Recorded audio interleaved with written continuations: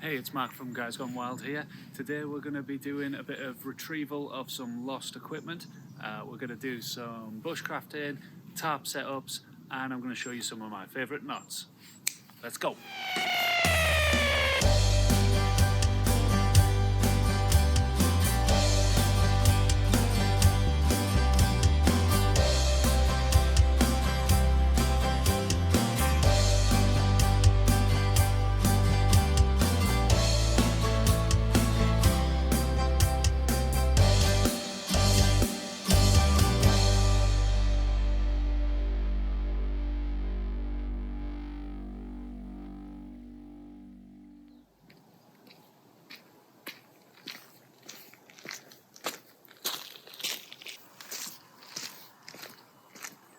We've got this thick blanket of mist hanging over the woodland where I'm going to go.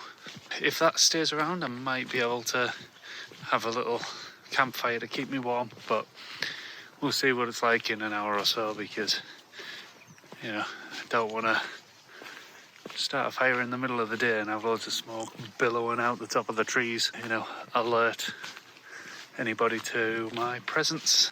You right, lads? Or lasses, don't know. I think they're lasses, aren't they? They're girls. Girl sheep. Bah. Yeah, this misty fog is weird, man. Like, I woke up this morning, it was just, you couldn't see, 10 metres in front of you. Got up, got my daughter ready for school and stuff, dropped her off, and it seemed like it cleared. And then driving over here, there was patches of it, but now it's like super thick again. If it's going to be in and out all day, blowing across the hill where I am, then yeah, it might not be a good idea to have a fire. I didn't bring what I need to start a fire easily, so if I do have one, it's going to take some time. Everything's soaking wet, everything's still kind of frosty, covered in ice. Yeah, we'll see. Okay, I'm in the woods now. It's always a bit unnerving when you come places by yourself, even though it's early morning. It's not like I'm scared of the boogeyman or anything, but technically this is an area that the public shouldn't be in. It's owned by wealthy royalty, maybe? I don't know. The woodland is managed, and they do kind of thin it out to kind of preserve it, although I don't know how often they do it. Things don't seem to change a lot, but I know that like these rich boys love hunting, and in the UK there's like loads of different seasons for hunting different animals. I feel like you're kind of never really out of hunting season, so there could always be someone walking around with a rifle or a shotgun or whatever, hunting deer or certain birds, depending on the time of the year. I'm just trying to be quiet for now. I'm not actually doing any camping today. The main reason I was coming out today was because we always try to abide, or we do abide by, the leave no trace rule. And when I was packing my bag for a previous camp before this one, I couldn't find my thermometer. So I thought I'd come and have a look around, see if I have left it here. Because if I have, then, that's not following the leave no trace kind of rule. As I've been walking around, I've spotted something down here I'm going to check out because it's shiny and it caught my eye. I have a suspicion that it's a party balloon.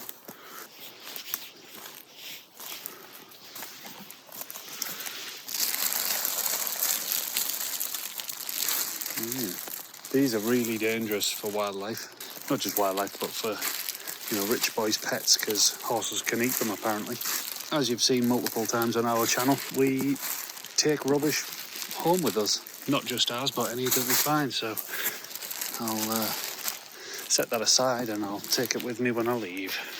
Ooh, torches on. Must be dark in here. Time to try and find where Gaz and I last camped when we were in this particular spot to see if my thermometer is there. Everything looks the same.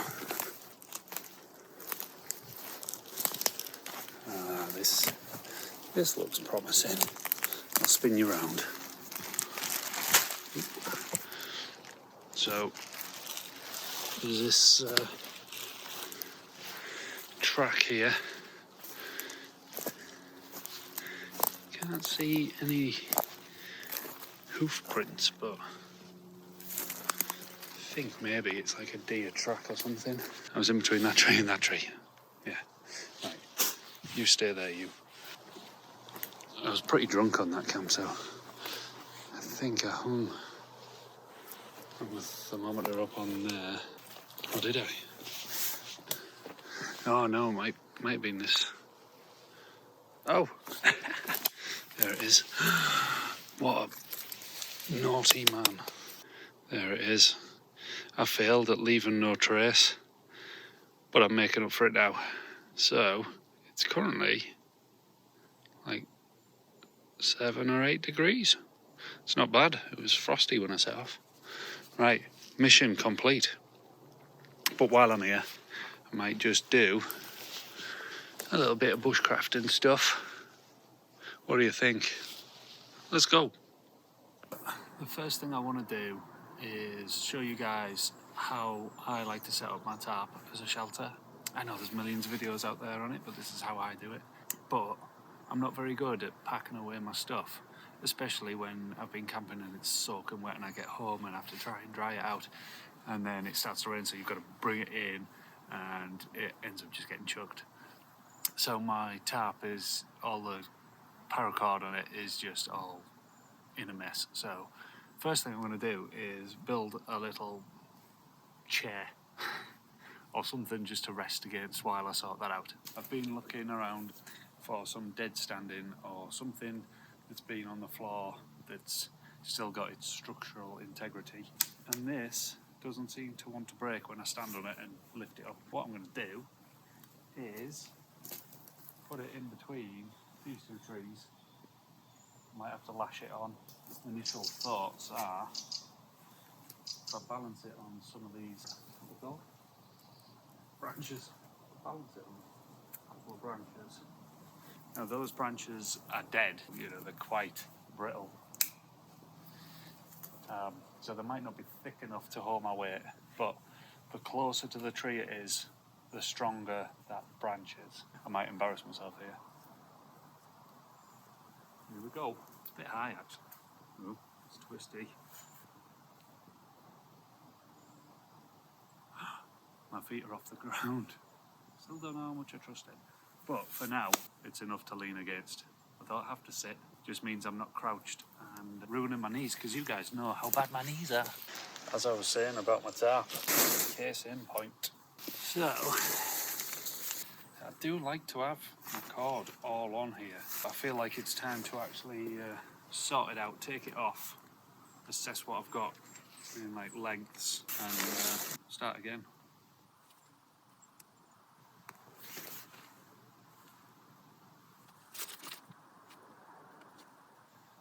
I tied these knots before I knew how to tie proper knots.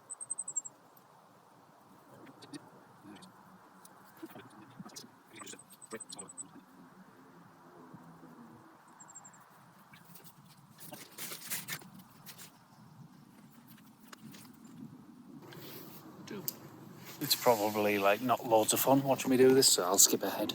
Last one. Super covert, really inconspicuous green rope. We've had a real cold spell the last couple of weeks, and I've really been wanting to get out and camp in the snow, but you know, life doesn't always work the way you want it to. You know, outside of camping, like, number one, I am a dad and a husband. You know, that's my main purpose. As well as that, I work full time. For those of you that don't know, I am a tattoo artist. I've been tattooing for like 20 years. I love it. I love what I do. Doing that full time, 5 days a week, sometimes 6 days a week, Monday to Friday, sometimes Saturdays. It doesn't give you a lot of free time to go out camping, especially because I can't go camping and then feel tired the next day, or have to rush in the morning, not have time to get showered and go to work stinking of campfire. Time is limited for this hobby, but I love this hobby too. I always have loved being in nature ever since I was a kid. So I was very fortunate that my parents had a caravan over in the Lake District in the UK. Spent a lot of time in the woods over there, building dens and just figuring stuff out for myself. I've never done Cubs or Scouts. I don't know what they call it in America, but that's like our version of like teaching kids survival skills. Just learned stuff in the real world. And now that I'm an adult, I'm like, yeah, I should go and do what I love doing in my spare time. But again, I'm a dad. On my weekends, I like to spend time with my kid. Anyway, so as you can see, I've got an array of paracords here. Some of them have got knots in that I just cannot get out, because sometimes you can, have the best intentions of doing all the really cool knots, but when it's like chucking it down, or the last time I went camping, it was sideways driving fog that was like thick and wet. So when you're in a rush, sometimes simple, or we call it a granny knot in the UK, but I think its real name is, I think it's an overhand knot. A simple, you make a loop and put it through and pull it tight. Sometimes that works, and it's quick and it's easy. Anyway, so I'm going to show you how I like to set up my tarp. Most of the time, I would have 2 bits of paracord attached to like either side of the centre of the tarp and just pull them tight to trees. Sometimes I like to put a line across and chuck the tarp over. For this purpose, I might see if I've got a bit of cord long enough to string across and show you 2 of my favourite knots that I like to do. Yeah, this is going to take a lot of editing because I keep saying and so, but yeah, it's all part of the fun, innit? Let's go. Right then, none of these are actually long enough to string in between a tree, but I did have a piece in my bag, so this should be long enough. What you want to do is find 2 trees that have already had like all the low dead branches taken off. Some kind soul has already helped this tree out, so we're going to go in between this one, and hopefully my cord is going to be long enough. Right guys, so the first knot that we're going to do is more of a, not permanent. It's going to be quick release if you need to take it down, but it doesn't have a great deal of adjustment in it. I can't remember the name, but I'll find out and I'll put it on the screen. So what you want to do is go around the tree. I'm right-handed, so I like to go from the right to the left. As we come round, I need to do this quite short so that I can reach the other tree with the cord, and also so that it's in frame. So we go around, we're going to go underneath the right-hand side, over the top once, over the top twice, like that, and then we're going to go underneath the main cord, and then with that loop that we've just made, we're going to bring that back through, but not fully. We're going to create another little loop there and form a bite in that first loop that we created. Again, if you've got plenty of excess to work with, this is so much easier.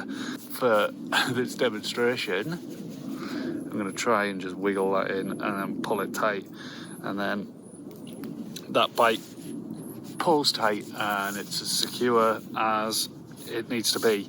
You can kind of adjust and push it closer to the tree like that. That's me pulling all my weight onto there and it's not coming loose. Again, name on the screen now because I've forgotten what it's called. So onto the other side. This side I like to make more of an adjustable knot, just so you can pull it tighter or loosen it off if you need to. But again, it's another knot that you can simply just pull apart real quick if you need to. So again, I'm right-handed, so I'm going to go around the tree from the right-hand side, onto the left, and then with this one, if you grab both. Oh, sorry, I need to be in shot, don't I? Grab both with your hand, and then what I learned was if you make a gun shape, hold that so you don't drop it, and wrap it around there, and then bring it over the top, and then the loose bit, the excess, if you bring that through that loop that you created with your gun fingers, and again form a bite with that, pull that tight. Now my line is, I'll bring you down, my line is not super taut. Oh, we're upside down, sorry. There we go. Yeah, my line isn't super taut. If I put my tarp on that, it would sag loads, it wouldn't be great. So with this knot, all you need to do, I might have to put you back on the tree, is adjust it by pulling it like so, and then we have a much more taut. If I had two hands, I would be yanking the hell out of this. I'll try and show you that. I'll try and get it as tight as I can get it. So the knot's there. You might not be able to see it because you're far away, but what I'm going to do is try and pull some tension on like that. So we've got a bit of slack around here, that's the main line, nice and tight, and then adjust the knot by sliding it up, and then just the friction, make sure that's nice and tight on there, friction on there keeps it up, and it's even more tight there. So now I can just kind of throw the tarp over.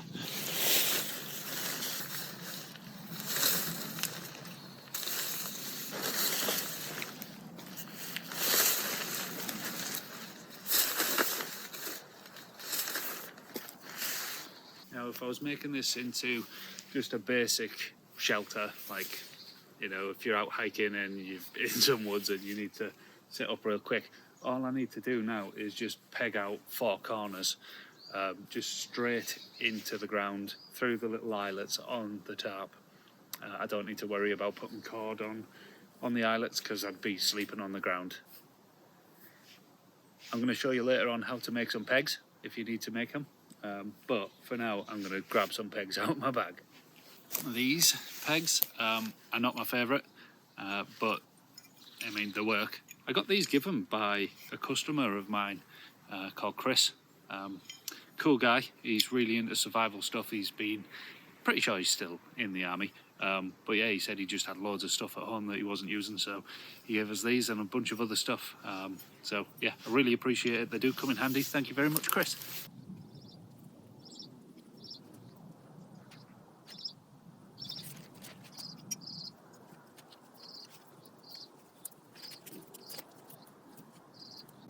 So there we have a super basic survival shelter, just one bit of cord.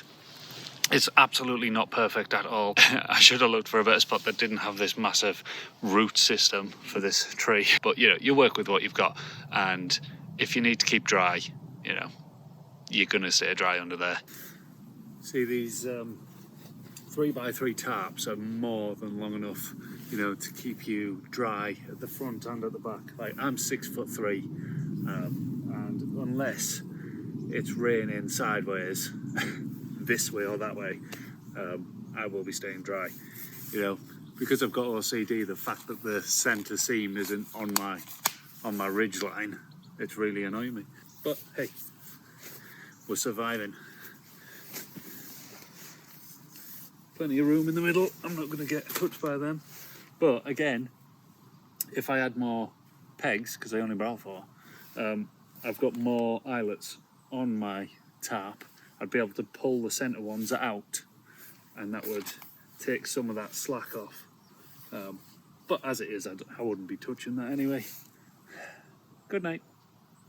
So talking about pegs, I did mention I'll show you how to make them. So I might as well, considering I've just been saying about how I can pull these out, you know, to give a little bit more room inside. This tarp, I bought this one because it's got so many attachment points on it. You know, it's got 3 along the side, and then there's the ones on the corner as well. For this demonstration, I'm just going to build 2 pegs, one for the centre each side, get that in the ground just to take some of that slack off the centre. So I've learnt from when I've been making pegs that if you're going to be using timber, obviously we don't want to be chopping limbs off trees. There's absolutely loads of litter on the ground, but you want sticks that it doesn't matter so much if the tensile strength isn't strong sideways, like that. It's more about whether it's going to push into the ground without snapping. They're coming. That doesn't look cold, does it? Because the sun's out. It's quite nice looking, but I can see my breath. It is cold. Didn't bring any gloves, so my fingers are going numb. Now, this, because it's got thorns on, obviously don't want an injury, so I'm just taking those off. Logic would say that the fatter end is going to be stronger. Now, I would usually have better tools with me, but my garage is a state. It's so bad. Like, whenever I go camping and I get back and I get stuff out if I can, it gets... Have you seen that episode of The Simpsons where I think it's the Garbage Man episode, and the Native Americans turn around at the end and they see a packet of crisps flying off, and he sheds a tear, and his mate's like, whatever you do, don't look round, because it's an absolute tip because of the sanitation issue. Yeah, my garage is... That's how I think my dad would react. If he saw my garage, he'd be crying. Yeah, so, anyway, sorry. I do this a lot. I get distracted with sounds of aeroplanes and other sounds, and I tend to go off topic, and my brain wanders, and I say what I see what I say. I don't know. To make life easier for yourself, when you're trying to drive something into the ground, if you make it pointy, physics, science, not the best. I mean, technically, I could just use something like that and pull the tarp out and put it through, because it's only needing to keep the tension sideways. But if you were doing something higher up, if you were creating a shelter for a hammock, because generally they'd need to be higher than that, you can put a little notch into your peg. I don't know if you can see that there. Don't fall over. That works pretty good. Way better than I thought it would. So this is going to act as a hook. So you want a straight cut in, and then slope, so that the eyelet, the attachment, I don't know what it's called, on the tarp can slide up and grab on to there. You can kind of just chisel it out with the blade. Again, always look for the best possible ground, because we've got this tree stump here, so obviously there's going to be roots underneath, which is going to make it not great for pegging out your tarp. Again, if it was something up high, you can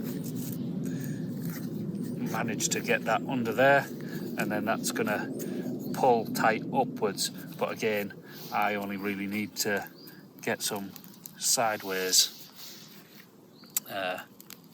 tension.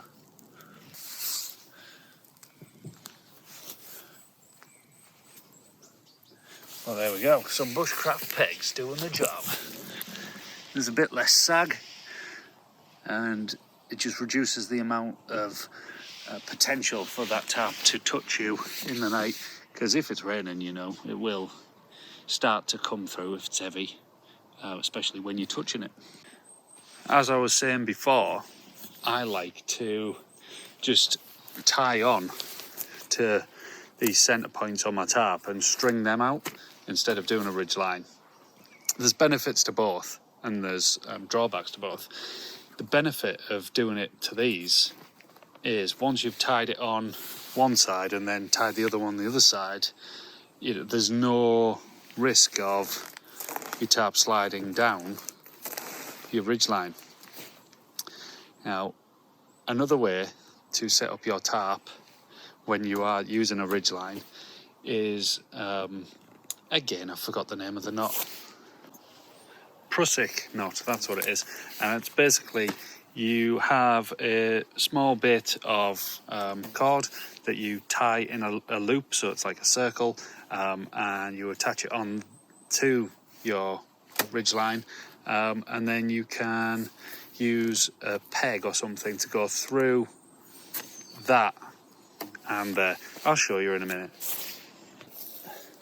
Thought about coming out today and potentially doing some cooking out here with a fire, but again, I wasn't sure what the fog's doing, and it looks pretty clear beyond the trees now, so having a campfire in the middle of the day, not too far away from civilization, in a woodland where I'm probably not supposed to be, definitely not supposed to be, isn't a good idea. So I've brought myself a pack up. The UK is weird. Like, you drive 20 minutes and people say different things for different things. Where I grew up, a packed lunch is a packed lunch or your bait. Now, I grew up in a seaside kind of fishing town, so it kind of makes sense, bait, your bait box, makes sense to me. Other people call it a pack up, snap. I don't know, comment down below if you call it something different. Aldi crisps, because, they're cheap and they're banging. My main today, check this out. Homemade bread, made it myself. Bought a bread tin and everything because I was getting a bit hyper-focused on bread. And it's amazing, it tastes great. It's sturdier than bread that you buy in a packet. And I actually looked at the ingredients on a packet of bread the other day. Why does it need sugar? Why does it need E numbers in bread? Mental. A nice cheese salad sandwich. Gourmet.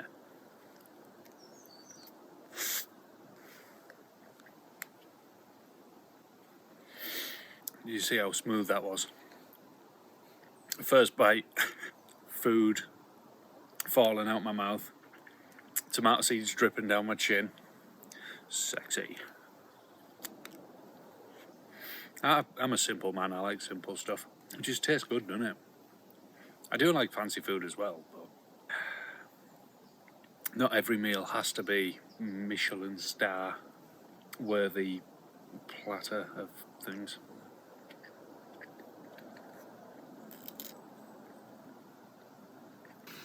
We were having this discussion at work the other day about crisps and people's favourites, and everyone agreed that Walkers, is it Walkers? I think it's Walkers. Squares are top tier crisp. These Aldi tiles, not as good, but a good substitute. So earlier I was saying how I love my job, and it's true, I do. Before I was tattooing, I was a teacher, and I loved that. Being in the classroom with the students, I taught DT, so it's hands-on woodwork, metalwork kind of stuff, as well as drawing and designing and computer-aided design, that kind of thing. Loved it, but I just didn't love the education system, and I used to get really stressed, really depressed about it. I think I was a decent teacher. My students used to enjoy it on the whole, I think, on the most part. If you're an ex-student and you hated it, tell me why. But yeah, I had to stop teaching because it was just affecting my brain too much. And this was kind of I'd started teaching out of uni, left uni, had to get a proper job. So that was one of my options at the time, so I did it, and it kind of presented itself to me I didn't have to go chasing it, but it was an option, so I did it. And I was fortunate enough to have my teaching qualification paid for by the college where I was teaching. So yeah, can't complain. But I was also still tattooing at the time. I started tattooing when I was in university, and kind of just never stopped. Kind of started doing it for friends, and then friends of friends, and it just kind of snowballed from there. And yeah, 20 years later, I'm doing it full time. What's that?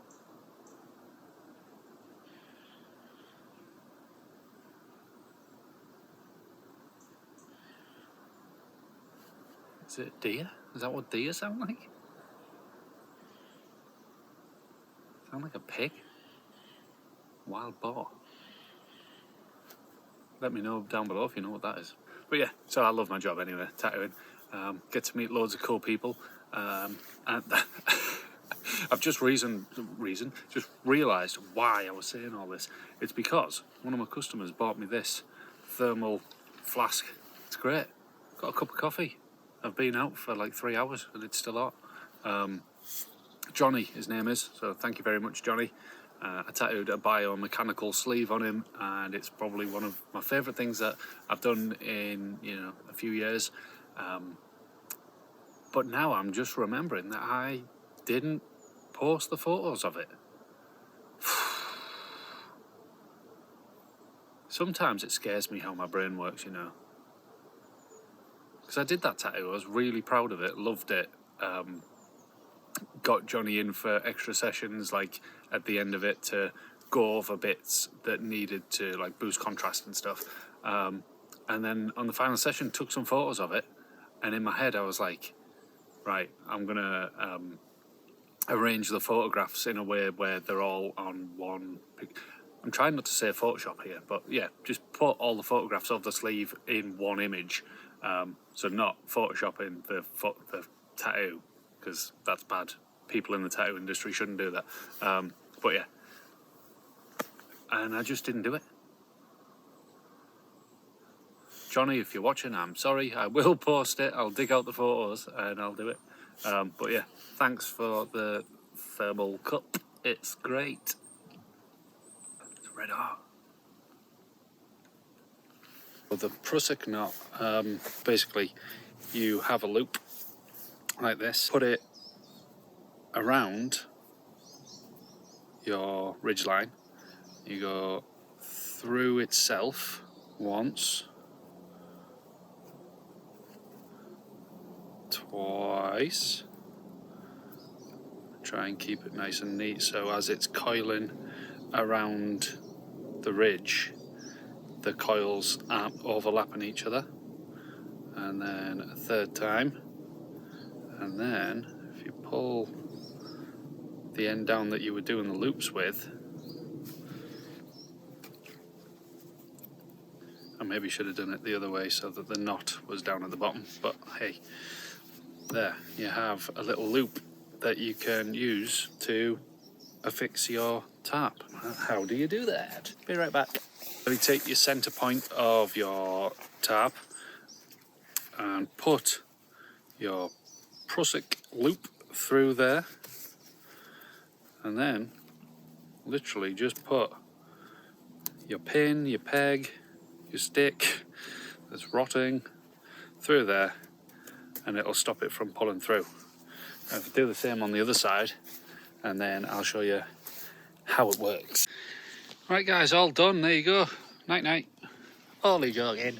The prusik knot is holding, these on with the help of this guy. The great thing about these is they're like a friction knot, and you can literally just slide them along like that.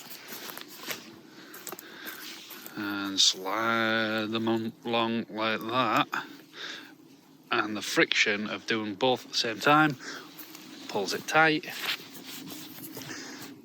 And if I was actually going to stay in this, I'd do one in the middle as well, just to keep that up.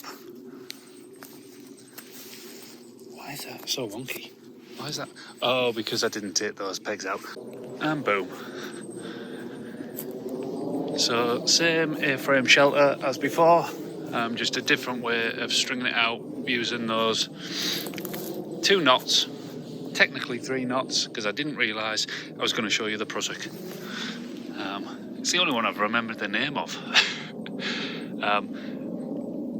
And this time I've, because it's centred on the ridge and then I've pegged it out, it's, it's got a lot more space and a bit more kind of shape to it. So I absolutely love an A-frame shelter because you got protection from both sides. If you're going out and it's like potentially going to rain, then it's great. But a lot of the time I go camping with Gaz and it's a bit more of a communal thing, so I prefer to have one side that's going to protect me from wind or whatever and a bit of a canopy. So that's called a lean-to. It's just a slight modification of this and I'll show you what that looks like. So to do this lean-to, all you need is 2 more bits of cord. As I was saying before, I'm terrible at putting things away properly, so I'm just going to use this bit of cord where I've got some overhand knots that are just stuck. I can't get them off, so it's not ideal, but it'll still come in handy. If you're like me and you're a bit OCD and you like to change things up, but you also like to kind of have quick access to changing things, putting a loop on the end of your cord, like so, makes it just easier to attach and reattach, unattach to your tarp. Just a simple knot, put it through the eyelet or the hoop or the fixing and then double back on itself by putting it through that loop, pull it tight, and then that's good to go. Put it through, so feed it through itself. I know a lot of you will just be like, duh, I'll do the other side. When you're wild camping or surviving, you don't always have the perfect trees set out that you need, so it's always handy to have a lot of cord. In this case it's pretty good, like the trees are all in rows because it's a managed wood. So what I'm going to do is I'm going to attach to this tree and this tree. But yeah, go around your tree and use that knot that I told you about earlier, where you use the gun shape, wrap it around your fingers, take it over the top and then create a bite on the excess. That way, that's the adjustable one. That way, right-handed. That'll get a bit better. Round the fingers over the top, grab the excess, create a bite, pull it tight. Oh, should write some. If you've got quite a slim cord, lol. Slim cord, or a one that's been heavily used, it doesn't have like the texture that it once did. It will be able to pull tight on itself, but it's not going to be as effective as if you were using fresh cord, because they're just kind of like, as they pull tight, all the structure and the fibres as they're woven together, it pulls it more smooth instead of having ridges, which gives it more dense and stuff for it to be able to bite against itself. But that's still tight enough, that's stay up during the night. And you can get under here, you can kind of sit, kneel up, which is always nice when you're camping. I've done camps where I've been in a one-man tent and you can't sit up in them and it's just rubbish. I've done lean-tos like this before where I didn't have a tree to tie to on those corners. I'll quickly just show you how to do a lean-to if you don't have a tree, but time's pressing on and I do got to get back to get the kid from school. What you're going to want is to replace that tree with a big old stick. Ideally, again, one that is dead standing, or you don't want to be chopping trees down, but something that's going to be strong enough. Self-explanatory. Now, a lot of the time you can find something that's got little branches sticking off that are going to help you when we connect it to the attachments of the tarp. But if you don't, you can always use whatever tools you've got to fashion some kind of a bit like, yep, well, like the pegs that I showed you earlier. Ideally, if you've got a tarp that has eyelets, like little metal rings, for those that don't know what an eyelet is, you're going to want to shave the top of this stick down into a point that can go through that. Obviously, it's different size eyelets, so whatever yours is, go to that size. Now, mine has the fabric loops sewed in, so I could literally put that through the fabric loop and it would do the job that I needed to do. Oh, I didn't show you how these adjustable knots undo. So the excess that you've created the bite with, literally, just give it a yank, pops off, done. Use physics to your advantage. Create a little dent. You probably can't see that, can you? Little dent in the floor. Tension's going to be pulling that way, so if you dig it in on an angle, a bit more that way, create a little step, like so, and then take your peg, and then your cord can come down to the ground. No idea if you can see that.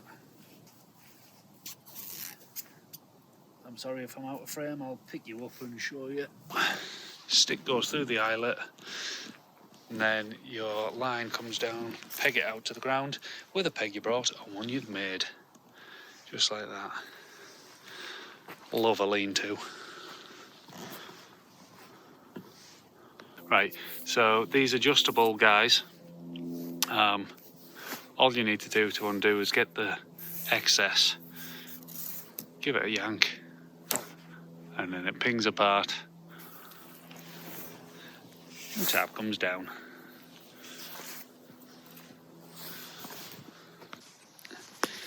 While I'm here, I wanted to show you another way of setting up my tarp, which is like another one of my favourites, but I've got 12% battery, so it's probably not going to happen. I'll try.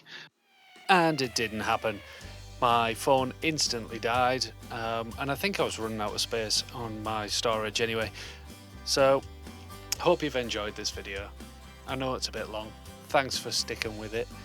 If there's anything you want to see in future videos, let us know in the comments down below.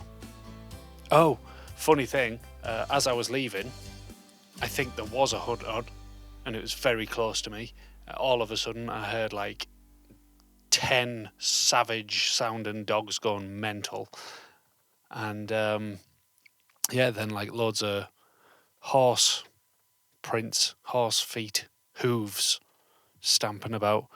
Yeah, so I hot-footed it out of there as quick as I could and lived to edit this video. See you in the next one. Bye.